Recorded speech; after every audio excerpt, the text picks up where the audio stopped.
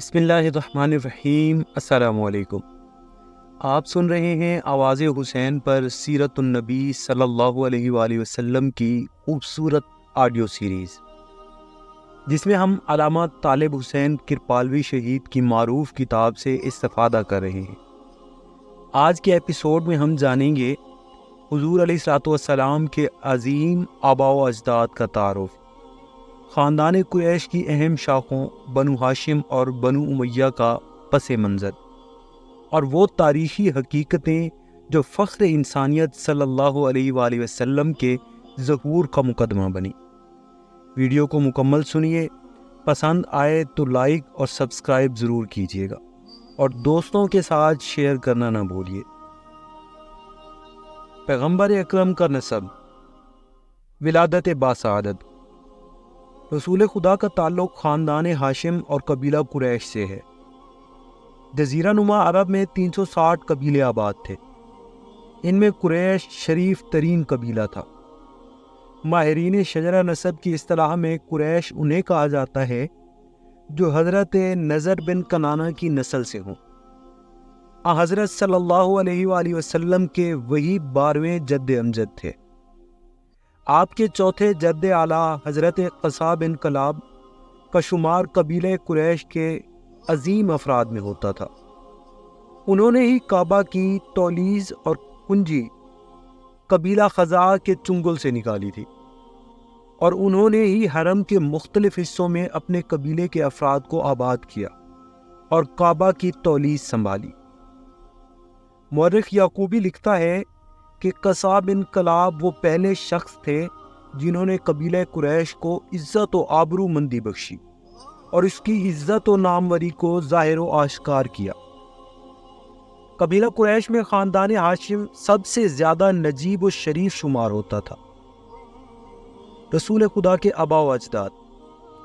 مورخین نے حضرت کے آباء و اجداد میں حضرت عدنان تک 21 پشت کے نام بیان کیے ہیں۔ ترتیب ذیل اسماء پر سب متفق الرائے ہیں۔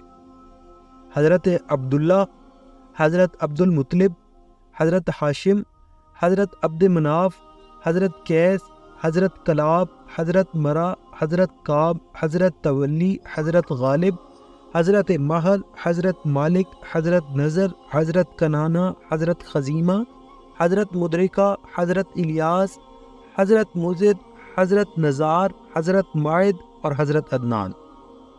حضرت عدنان سے اوپر حضرت ابراہیم تک، اور حضرت ابراہیم خلیل اللہ سے حضرت آدم صفی اللہ تک کی ترتیب کے بارے میں اختلاف ہے۔ اس سلسلے میں پیغمبر اکرم کی روایت بھی بیان کی گئی ہے۔ روایت ہے، جب میرے نسب کے بارے میں حضرت عدنان تک پہنچو تو توقف کرو۔ ہم یہاں مختصر طور پر آپ صلی اللہ علیہ وآلہ وسلم کے آباء و اجداد میں سے چند کا حال بیان کریں گے۔ حضرت عبد مناف۔ حضرت قصا، عبد الدار، عبد مناف، عبد العزا اور عبد قصا 4 فرزند تھے، جن میں حضرت عبد مناف سب سے زیادہ شریف اور محترم و بزرگ سمجھے جاتے تھے۔ حضرت عبد مناف کا اصل نام مغیرہ تھا۔ انہیں اپنے والد محترم کے نزدیک نیز لوگوں کے درمیان خاص مرتبہ اور خاص مقام حاصل تھا۔ وہ بہت زیادہ سخی اور وجیح انسان تھے، اسی وجہ سے انہیں فیاض اور قمر البطحہ کے القاب سے نوازا گیا۔ پرہیزگاری، خوش خلقی، نیک چلن اور صلہ رحم جیسے اوصاف ان کی زندگی کا شعار تھے۔ ان کی نظر میں دنیاوی مقامات و مراتب ہیچ تھے، مگر اہل منصب لوگوں سے حسد بھی نہیں کرتے تھے۔ اگرچہ کعبہ کے تمام عہدے اور مناصب ان کے بھائی عبد الدار کے دستے اختیار میں تھے، مگر انہیں اپنے بھائی سے کوئی پرخاش نہیں تھی۔ حضرت قصا کے فرزند مکہ سے متعلق معاملات اور کعبہ کی تولیز کا انتظام کسی اختلاف و قضیے کے بغیر انجام دیتے رہے، مگر ان کی وفات کے بعد عبد الدار اور عبد مناف کے لڑکوں کے درمیان کعبہ کے عہدوں کے بارے میں اختلاف ہو گیا۔ بالآخر فیصلہ اس بات پر ہوا کہ کعبہ کی تولیز اور دار الندوہ کی صدارت عبد الدار کے فرزندوں کے پاس ہی رہے، اور حاجیوں کو پانی پلانے نیز ان کی پذیرائی حضرت عبد مناف کے لڑکوں کی تحویل میں دی جائے۔ حضرت عبد مناف کے فرزندوں میں یہ عہدہ حضرت ہاشم کے سپرد کیا گیا۔ حضرت ہاشم اور ان کے بھائی عبد الشمس ایک ساتھ پیدا ہوئے تھے۔ پیدائش کے وقت دونوں کے بدن ایک دوسرے سے پیوست تھے۔ جس وقت انہیں ایک دوسرے سے جدا کیا گیا تو دونوں کا خون زمین پر بہہ گیا۔ عربوں نے اس واقعے کو سخت بدشگونی خیال کیا۔ اتفاق سے یہ بدشگونی صحیح ثابت ہوئی اور حضرت ہاشم اور عبد الشمس کے لڑکوں میں ہمیشہ ہی کشمکش اور لڑائی رہی۔ عبد الشمس کا لڑکا امیہ پہلا شخص تھا جس نے حضرت ہاشم کی مخالفت شروع کی۔ اس نے جب فرزندان عبد مناف میں سے حضرت ہاشم میں عزت و شرف اور بزرگواری جیسے اوصاف پائے تو ان سے حسد کرنے لگا اور اپنے چچا کے ساتھ چشمک اور مخالفت پر اتر آیا۔ چنانچہ یہیں سے بنی ہاشم اور بنی امیہ کے درمیان مخالفت و دشمنی شروع ہوئی، جو ظہور اسلام کے بعد بھی جاری رہی۔ حضرت ہاشم اس فرض کو انجام دینے میں جو ان کے ذمہ تھا کوئی دقیقہ فروغ گزاشت نہیں کرتے تھے۔ چنانچہ جیسے ہی حج کا زمانہ شروع ہوتا تو وہ قبیلہ قریش کی پوری طاقت و قوت اور تمام وسائل اور امکانات بیت اللہ کی خدمت کے لیے بروئے کار لاتے، اور زمانہ حج کے دوران جس قدر پانی اور خوراک کی ضرورت ہوتی وہ اسے فراہم کرتے۔ لوگوں کی خاطرداری، مہمان نوازی اور حاجت مندوں کی مدد کرنے میں وہ بے مثال یکتا روزگار تھے۔ اسی وجہ سے انہیں سید البطحاء کے لقب سے یاد کیا جاتا تھا۔ حضرت ہاشم کے پاس اونٹ کافی تعداد میں تھے، چنانچہ جس سال اہل مکہ میں خشک سالی آئی تو انہوں نے اپنے بہت سے اونٹ قربان کر دیے اور اس طرح لوگوں کے لیے کھانے کا سامان فراہم کیا۔ حضرت ہاشم نے جو اختراعات کی اور نمایاں کام انجام دیے، ان میں سے ان کا ایک کارنامہ یہ بھی تھا کہ انہوں نے قریش کی محدود کاروباری منڈیوں کو جاڑوں اور گرمیوں کے موسم میں تجارتی سفروں کے ذریعے وسیع کیا اور اس منطقے کی اقتصادی زندگی میں حرکت پیدا کی۔ حضرت ہاشم نے 20 یا 25 سال کی عمر میں ہی تجارتی سفروں کے درمیان غزہ نامی مقام پر انتقال کیا۔ حضرت عبد المطلب حضرت ہاشم کی وفات کے بعد ان کے بھائی مطلب کو قبیلہ قریش کا سردار مقرر کیا گیا، اور جب ان کی وفات ہو گئی تو ان کے فرزند حضرت شیبہ کو، کہ جنہیں لوگ عبد المطلب کہتے تھے، قریش کی سرداری سپرد کی گئی۔ حضرت عبد المطلب کو اپنی قوم میں خاص مقام و مرتبہ حاصل تھا اور لوگوں کے درمیان وہ بہت مقبول و پسندیدہ تھے، جس کا سبب وہ اوصاف و فضائل تھے جو ان کی ذات میں جمع ہو گئے تھے۔ وہ عاجز و مجبور لوگوں کے حامی اور ان کے پشت و پناہ تھے۔ ان کی جود و بخشش کا یہ عالم تھا کہ ان کے دسترخوان سے صرف انسان ہی نہیں بلکہ پرندے اور حیوانات تک فیض یاب ہوتے۔ اسی وجہ سے انہیں فیاض کا لقب دیا گیا تھا۔ رسول خدا کے دادا بہت ہی دانش مند و بردبار شخص تھے۔ وہ اپنی قوم کے لوگوں کو اخلاق کی بلندی، جور و ستم سے کنارہ کشی، برائیوں سے بچنے اور پست باتوں سے دور رہنے کی تعلیم دیتے۔ ان کا یہ قول تھا کہ ظالم آدمی اپنے کیے کی سزا اسی دنیا میں پاتا ہے، اور اگر اسے اپنے کیے کا بدلہ اس دنیا میں نہیں ملتا تو جہان آخرت میں یہ صلہ اسے ملے گا ہی۔ اپنے اس عقیدے کی بنا پر انہوں نے اپنی زندگی میں کبھی بھی نہ تو شراب کو ہاتھ لگایا، نہ کسی بے گناہ کو قتل کیا، اور نہ ہی کسی برے کام کی طرف رغبت کی، بلکہ اس کے برخلاف انہوں نے نیک کاموں کی ایسی روایات قائم کی جن کی دین اسلام نے بھی تائید کی۔ ان کی قائم کردہ بعض روایات کی کیفیت درج ذیل ہے۔ نمبر 1، باپ کی کسی زوجہ کو بیٹے کے لیے حرام کر دینا۔ نمبر 2، مال و دولت کا ہر سال 5واں حصہ یعنی خمس راہ خدا میں خرچ کرنا۔ نمبر 3، جاہ زمزم کا سقیات الحاج نام رکھنا۔ نمبر 4، قتل کے بدلے 100 اونٹ بطور خون بہا ادا کرنا۔ نمبر 5، کعبہ کے گرد 7 مرتبہ طواف کرنا۔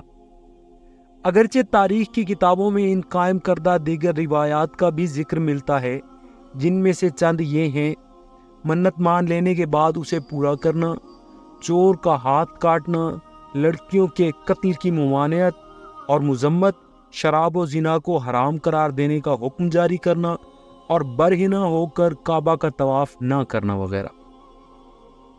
واقعہ عام الفیل۔ حضرت عبد المطلب کے عہد زندگی میں جو اہم واقعات رونما ہوئے، ان میں سے ایک واقعہ عام الفیل تھا۔ اس واقعے کا خلاصہ یہ ہے کہ یمن کے حکمران ابرہا نے اس ملک پر اپنا تسلط برقرار کرنے کے بعد یہ محسوس کیا کہ اس کی حکومت کے گرد و نواح میں آباد عرب کی خاص توجہ کعبہ پر مرکوز ہے اور ہر سال کثیر تعداد میں اس کی زیارت کے لیے جاتے ہیں۔ اس نے سوچا کہ عربوں کا یہ عمل اس کے حبشی لوگوں کے لیے جو یمن اور جزیرہ نما عرب کے دیگر مقامات پر آباد ہیں کوئی مصیبت پیدا نہ کر دے۔ چنانچہ اس نے یمن میں کلیس نامی بہت بڑا گرجا گھر تیار کیا اور تمام لوگوں کو وہاں آنے کی دعوت دی تاکہ کعبہ جانے کے بجائے لوگ اس کے بنائے ہوئے کلیسا میں زیارت کی غرض سے آئیں۔ اس کے کلیسا کو لوگوں نے صرف ناپسند ہی نہیں کیا بلکہ اس کے کلیسا کی بے حرمتی بھی کی۔ لوگوں کے اس رویے سے ابرہا کو سخت طیش آ گیا۔ اس نے فیصلہ کیا کہ لوگوں کو اس جرم کے پاداش میں کعبہ کا وجود ہی ختم کر دوں گا۔ اس مقصد کے تحت اس نے عظیم لشکر تیار کیا جس میں جنگجو ہاتھی پیش تھے۔ چنانچہ پورے جنگی ساز و سامان سے لیس ہو کر وہ مکہ کے جانب روانہ ہوا۔ سردار قریش حضرت عبد المطلب اور دیگر اہل شہر کو جب ابرہا کے ارادے کا علم ہوا تو انہوں نے شہر خالی کر دیا اور نتیجے کا انتظار کرنے لگے۔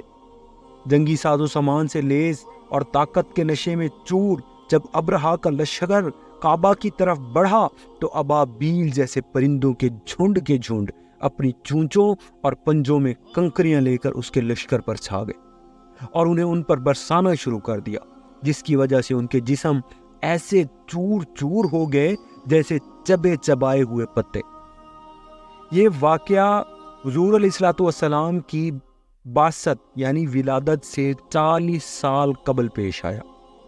چنانچہ عربوں نے اس واقعے سے ہی اپنی تاریخ شروع کر دی، جو رسول خدا کے مکہ سے مدینہ کی جانب ہجرت کے عہد تک جاری رہی اور واقعات اسی سے منسوب کیے جانے لگے۔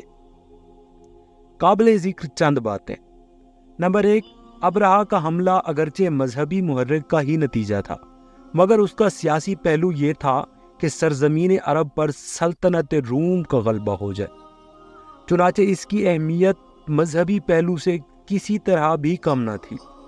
ابرہا کا مکہ اور حجاز کے دیگر شہروں پر قابض ہو جانا سیاسی اور اقتصادی اعتبار سے روم جیسی عظیم طاقت کی اہم فتح و کامرانی تھی، کیونکہ یہی ایک ایسا واحد طریقہ تھا جسے بروئے کار لا کر شمال عرب جنوبی عرب سے متصل کیا جا سکتا تھا۔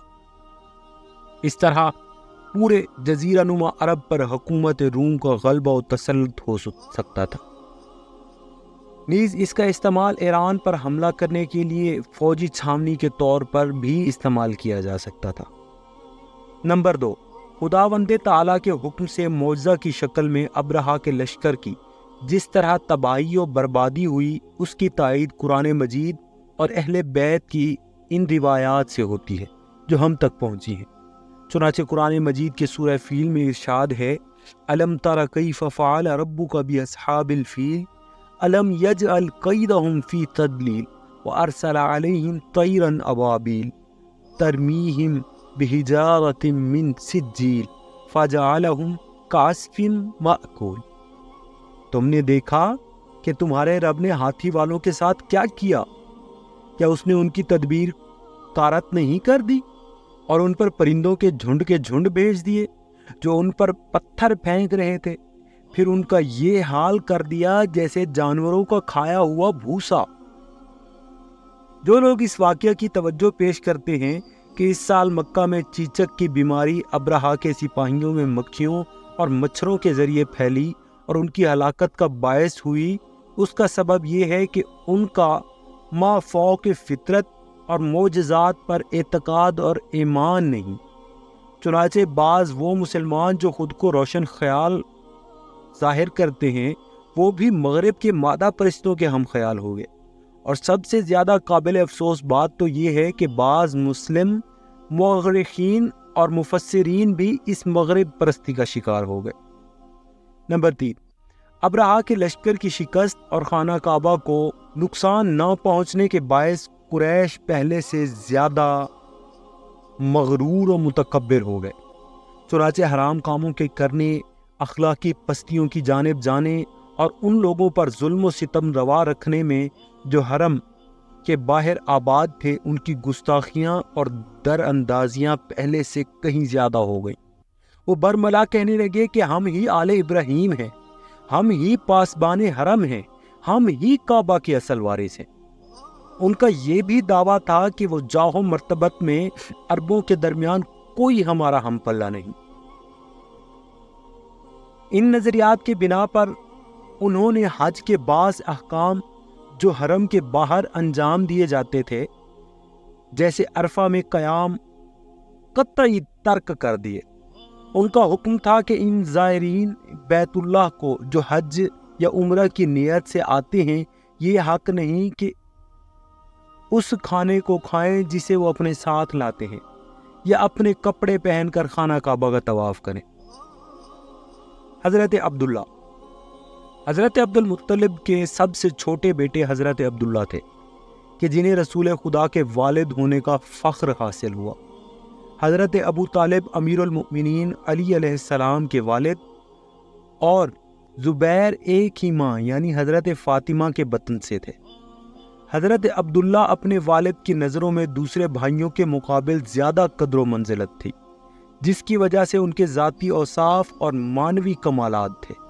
اس کے علاوہ دانشوروں اور کاہنوں نے بھی یہ پیشین گوئی کی تھی کہ ان کی نسل سے ایسا فرزند پیدا ہوگا جسے پیغمبری کے لیے منتخب کیا جائے گا۔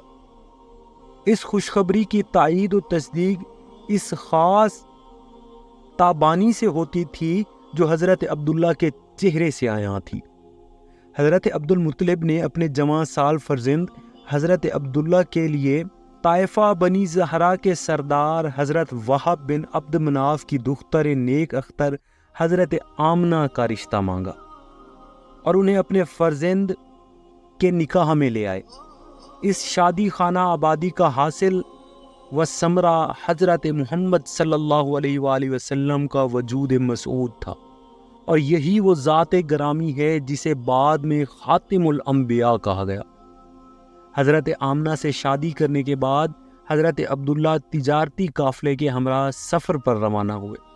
سفر سے واپس آئے تو شہر یثرب میں بیمار ہو گئے، اور اس بیماری کی وجہ سے وہیں ان کا انتقال ہو گیا اور اسی شہر میں انہیں دفن کیا گیا۔ معزز سامعین، اگر آپ کو ویڈیو پسند آئی ہے تو لائک اور سبسکرائب ضرور کریں اور اسے اپنے عزیزوں تک پہنچائیں تاکہ ثواب جاریہ بن سکے۔